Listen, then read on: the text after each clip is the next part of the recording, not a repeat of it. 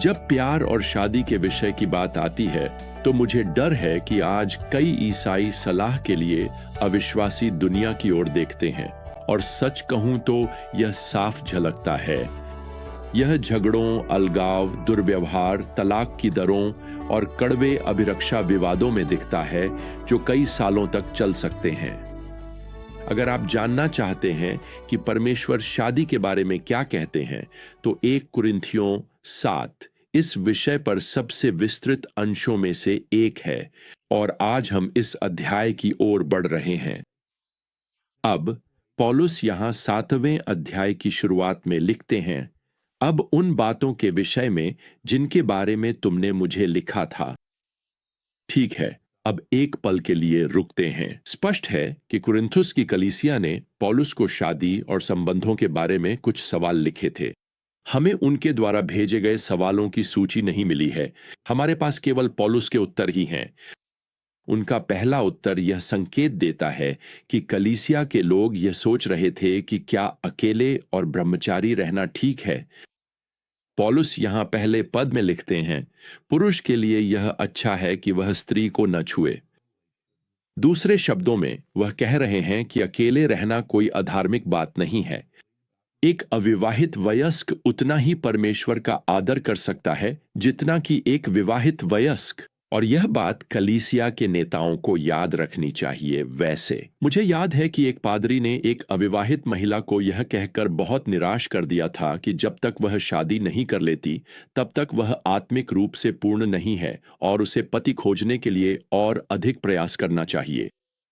खैर, मेरा ख्याल है कि इसका मतलब यह होगा कि यीशु आत्मिक रूप से पूर्ण नहीं थे या प्रेरित पौलुस, क्योंकि वे दोनों अविवाहित पुरुष थे। सुनिए, हमें अविवाहित वयस्कों को कलीसिया में द्वितीय श्रेणी का नागरिक महसूस नहीं कराना चाहिए। आइए हम उन्हें भी शामिल करें और जो कुछ वे परमेश्वर के परिवार में लाते हैं उसकी सराहना करें। अब क्योंकि कुरिन्थुस नगर में व्याप्त अनैतिकता के कारण विवाह उन लोगों के लिए एक अद्भुत सुरक्षा प्रदान कर सकता है जिन्हें प्रभु ने एक साथ जोड़ा है। और पौलुस यहां दूसरे पद में लिखते हैं, परंतु व्यभिचार की आशंका के कारण हर पुरुष को अपनी पत्नी और हर स्त्री को अपना पति होना चाहिए। पौलुस यहां आगे कहते हैं कि विवाह के भीतर शारीरिक संबंध एक उपहार और एक जिम्मेदारी है प्रत्येक जीवन साथी के लिए। इसे रोका नहीं जाना चाहिए सिवाय किसी विशेष प्रार्थना के समय या शायद किसी सेवा कार्य की जिम्मेदारी के लिए। अब पौलुस यहां 7वें पद में लिखते हैं कि वे अकेले रहने से पूरी तरह संतुष्ट हैं। यह वास्तव में उनके लिए लाभकारी है क्योंकि उनकी यात्रा संबंधी सेवकाई है, लेकिन वे स्पष्ट रूप से स्वीकार करते हैं कि अकेलापन और विवाह दोनों ही अच्छे हैं। वास्तव में जीवन की दोनों अवस्थाएं या स्थितियां परमेश्वर का उपहार हैं। कोई भी स्थिति नैतिक रूप से श्रेष्ठ नहीं है।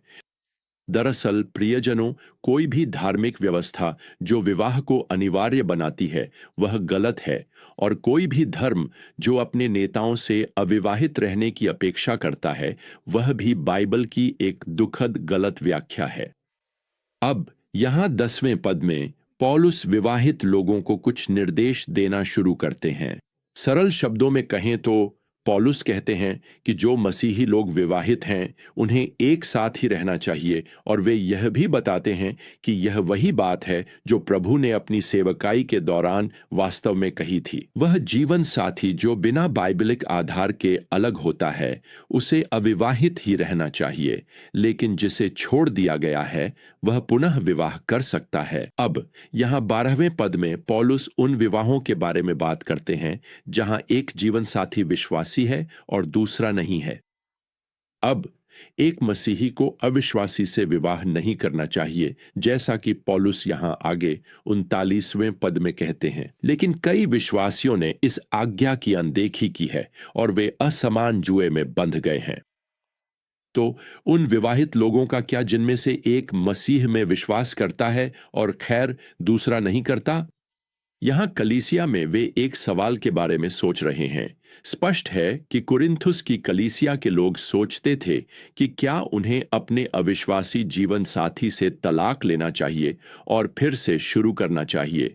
पौलुस पद 13 में उत्तर देते हैं, यदि किसी स्त्री का पति अविश्वासी है और वह उसके साथ रहने को राजी है, तो उसे उससे तलाक नहीं लेना चाहिए। देखिए, परमेश्वर अब भी उन्हें एक विवाहित जोड़े के रूप में मान्यता देता है। और अब पौलुस यहां पद में एक उत्कृष्ट कारण देते हैं कि उन्हें साथ क्यों रहना चाहिए। 14, क्योंकि अविश्वासी पति अपनी पत्नी के कारण पवित्र ठहराया जाता है, अर्थात वह अलग किया गया है, और अविश्वासी पत्नी अपने पति के कारण पवित्र ठहराई जाती है। अन्यथा तुम्हारे बच्चे अशुद्ध होते, परंतु अब वे पवित्र हैं।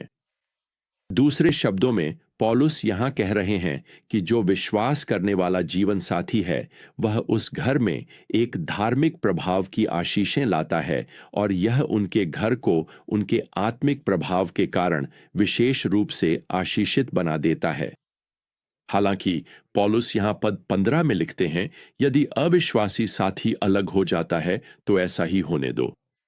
दूसरे शब्दों में, यदि अविश्वासी जीवन साथी विवाह में एक वफादार प्रेमपूर्ण साथी नहीं बनना चाहता, तो यहां पौलुस लिखते हैं कि विश्वास करने वाला दास नहीं है।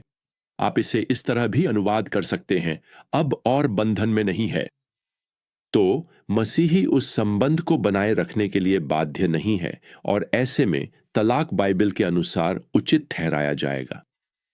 अब यहां पद 17 से लेकर पद 24 तक पौलुस एक काफी व्यापक सिद्धांत देते हैं, और वे मूल रूप से यह कहते हैं, मैं इसे इस तरह कहूंगा, आज परमेश्वर ने आपके लिए जो स्थान निर्धारित किया है उसमें संतुष्टि पाए। इसका अर्थ है कि चाहे आप विवाहित हों या अविवाहित, अपने जीवन के इस विशेष अध्याय में प्रभु की इच्छा पर भरोसा करें।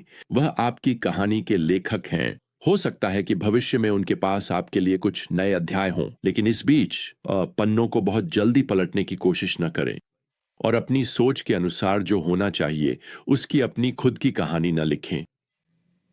अब अध्याय 7 का शेष भाग यहां अविवाहित लोगों के लिए कुछ निर्देश देता है। पौलुस पद 25 में मंगेतरों से बात करना शुरू करते हैं। यह ग्रीक शब्द है जिसका अर्थ है कुमारी।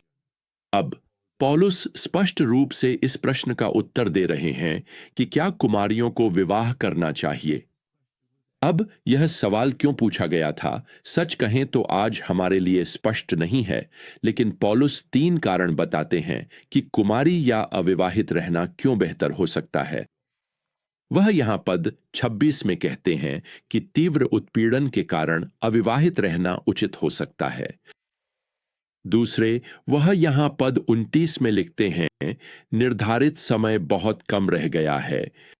पौलुस स्पष्ट रूप से इस बात से आश्वस्त हैं कि यीशु कभी भी कलीसिया के लिए लौट सकते हैं, और उनके विचार में यूं कहें तो हनीमून के लिए ज्यादा समय नहीं बचा है। और तीसरे, पौलुस यहां पद 32 से 35 में बताते हैं कि यदि कोई व्यक्ति किसी कठिन या शायद खतरनाक सेवा कार्य पर ध्यान केंद्रित करने के लिए अविवाहित रहता है, तो यह पूरी तरह से ठीक है। अब फिर से प्रियजनों, यहां सावधान रहें। पौलुस विवाह और सेवा कार्य को एक साथ करने के खिलाफ नहीं है। वास्तव में विवाहित होना प्रभु की सेवा करने में एक बहुत बड़ा लाभ हो सकता है, और मैं व्यक्तिगत रूप से अपनी वर्षों की सेवा कार्य की कल्पना अपनी पत्नी की मदद के बिना नहीं कर सकता।